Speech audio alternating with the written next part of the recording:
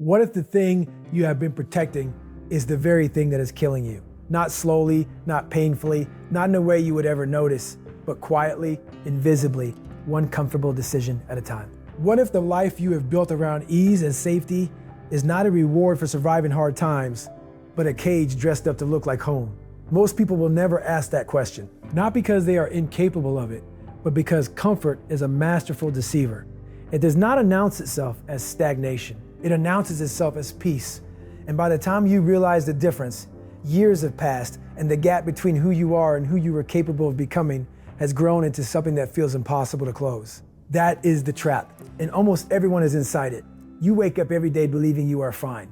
You are not in crisis. You are not failing. You are managing the job, the routine, the obligations, and at the end of each day, you reward yourself with whatever feels good, whatever asks nothing of you, whatever lets the hours dissolve without resistance. And it feels earned. It feels reasonable. It feels like the natural rhythm of a life that is, by most measures, working. But there is a question buried under all that comfort that most people never dare to ask. Working toward what? Because comfort does not just affect how you feel. It rewires how you function. Every time your brain encounters a situation where effort is required, it runs a calculation. Is this necessary for survival? And if the answer is no, it redirects you toward the easier path and rewards you for taking it. This is not a flaw. It is an ancient survival mechanism.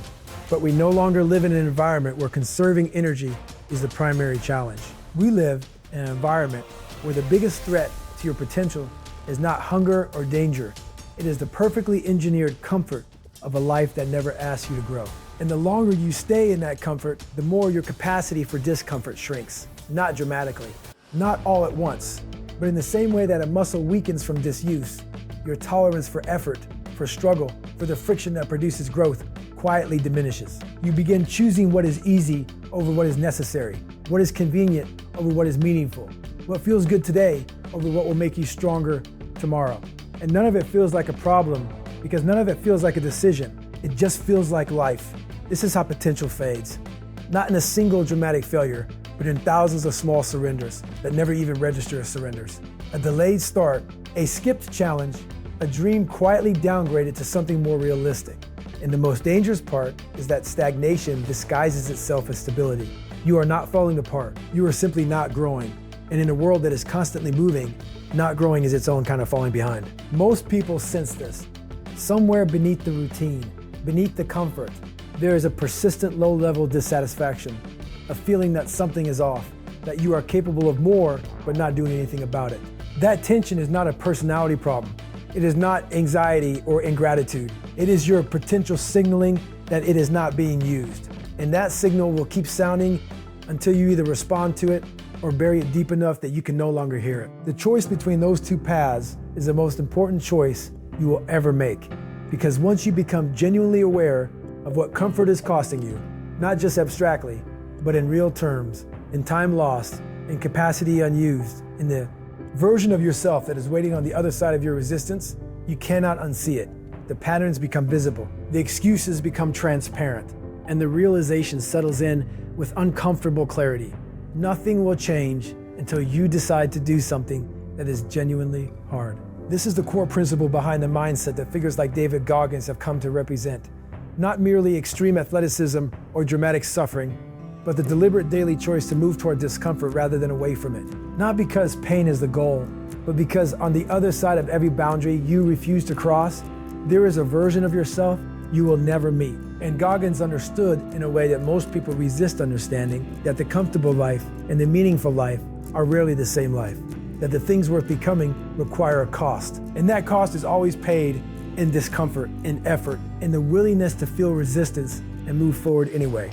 Even small steps in this direction begin to break the cycle. Because the moment you override your instinct toward comfort, even once, even in a small way, you send your brain new information. You demonstrate that discomfort is not a threat. That effort does not break you, and slowly, the neural pathways that drove avoidance begin to weaken, while the pathways that support persistence begin to grow. This is not metaphor. This is neural plasticity, the documented, measurable ability of the brain to restructure itself based on repeated experience. You are not stuck with the brain that chose comfort for years. You can build a different one, but it is built through action, not intention. However, there is a phase in this process that most people are never warned about, and it is the most dangerous phase of all. It is the space between who you were and who you are becoming, where the old comf or has lost its grip, but the new version of yourself is not yet fully formed. In this phase, nothing feels rewarding. Effort feels heavy. Progress is invisible. And your brain, starved of the easy satisfaction it is used to, begins sending urgent signals. Slow down, turn back. This is too hard. You have done enough. These signals are not the truth. They are withdrawal. They are the old system fighting to maintain itself, but they feel real. They feel rational. And if you are not prepared for them, you will obey them. This is why so many people quit, not at the beginning, but in the middle. Not when the challenge first appears, but after they have already invested effort and the reward has not yet arrived. The plateau is not failure. It is a biological process. Beneath the surface of your experience, your brain is restructuring itself, building stronger foundations, creating new defaults, rewriting the architecture of who you are. You cannot see it. You can only trust it. And that trust, sustained through consistent action without visible reward, is the precise quality that separates people who change from people who almost change. There is one more trap to name, and it is subtle enough that even disciplined people fall into it.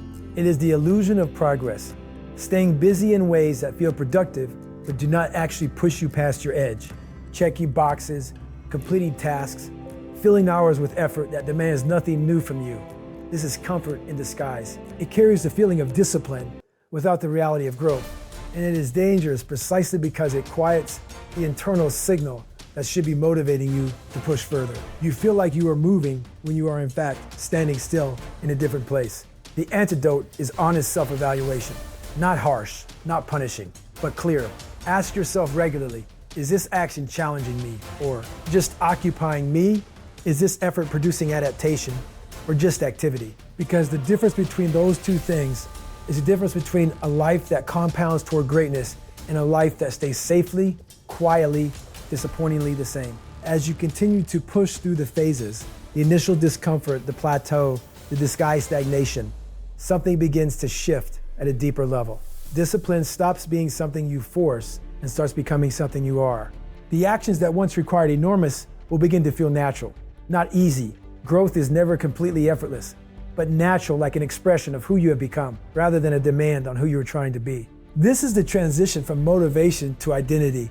And once it happens, the entire relationship with comfort changes. You no longer crave it in the same way. You use it strategically as recovery, as reward, as a deliberate choice, rather than as a default you fall into automatically. Comfort becomes a tool instead of a master. And with that shift comes something equally powerful: self-respect. Not the performed kind that comes from what others think of you, the real kind. The kind that is built through the private accumulation of kept promises, the 1,000 small moments where you said you would do something hard and then you did it, with no audience, no applause, and no guarantee that it would pay off. That self-respect becomes the foundation beneath everything else.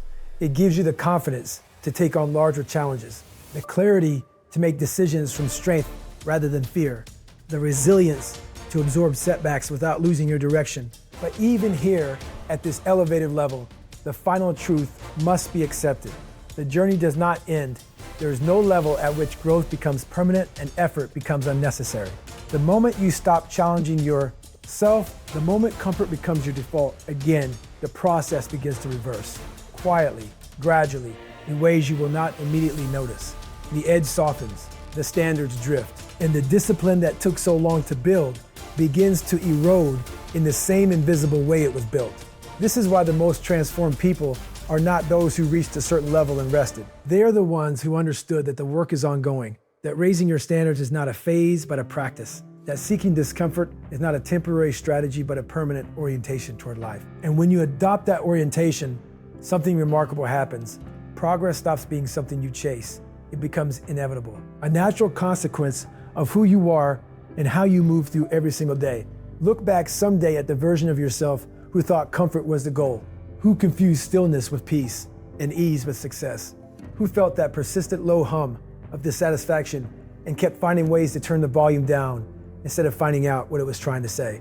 And understand that the distance between that version and the one you became was not crossed in a single dramatic moment. It was crossed in ordinary moments, quiet moments, Moments when no one was watching and it would have been completely understandable to choose the comfortable path and you chose the other one instead. That is the whole story. That is the entire difference. The door is in front of you right now. Discomfort is not on the other side of it, waiting to punish you. Your potential is on the other side, waiting to finally be used. If this content is adding something real to your life, subscribe, like, and turn on notifications so you never miss what comes next.